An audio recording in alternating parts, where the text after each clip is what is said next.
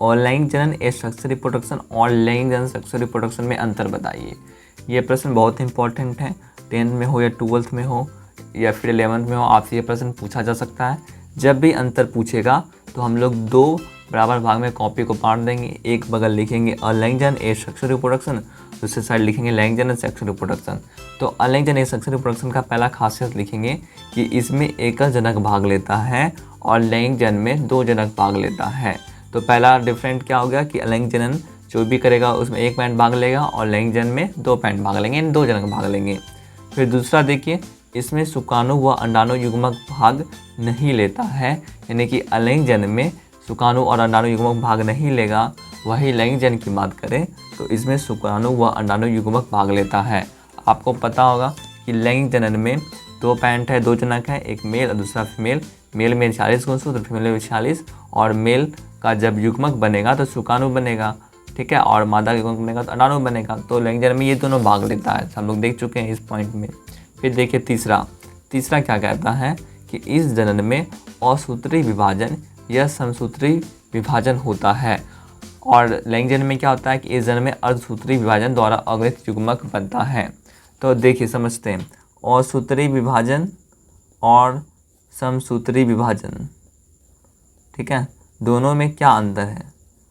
अगर मान लीजिए अगर पैरेंट डिप्लॉयड है, अगर उसमें 46 गुणसूत्र हैं तो उसमें जब असूत्री विभाजन होगा तो 23 हो जाएगा, और समसूत्री में अगर 46 है, अगर समसूत्री विभाजन होगा तो 46 ही हो जाएगा। समझ गए, यानी कि असूत्री में आधा जाता है और समसूत्री में वही होता है।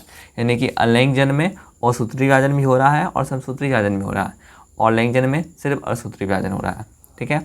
उसके बाद 5वां पॉइंट हम लोग देखेंगे कि इसमें युग्मनज नहीं बनेगा और लैंगिक जनन में युग्मनज बनेगा। देखिए जब समझते हैं, जब शुक्राणु और अंडाणु ये दोनों मिल जाएगा तो क्या बना देगा, युग्मनज बना देगा,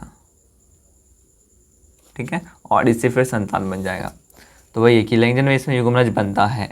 फिर हम लोग देखेंगे 6ठा पॉइंट, इसमें पैतृक कोशिकाओं से नया जीवन बनता है, यानी कि इसका जो पैतृक कोशिका होता है उसी से नया जीवन बनेगा, और लैंगिक जनन में युग्मनज से नए जीव का विकास होता है, ठीक है। फिर उसके बाद 6ठा पॉइंट देखेंगे कि इस विधि द्वारा जनन में कम समय व तेजी से हो सकता है, यानी कि लैंगिक जनन में समय कम लगता है और वो बड़ा फास्ट होता है, बड़ा तेजी से होता है।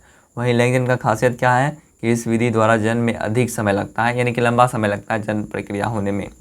फिर अलैंगिक जनन का उदाहरण क्या है, गुलाब, अंगूर, केला etc वगैरह इसका उदाहरण है। वहीं लैंगिक जनन का बात करें तो इसमें पुष्पी पादप हो, मनुष्य हो, स्तनधारी जीव हो etc वगैरह हो जाएगा। तो इस प्रकार से आपसे एग्जाम में पूछेगा अलैंगिक जनन और लैंगिक जनन में क्या अंतर है, तो आप डिफाइन कर दीजिएगा। इसी तरह का वीडियो देखने के लिए आप चैनल को सब्सक्राइब कर लीजिए और लाइक कर दीजिए।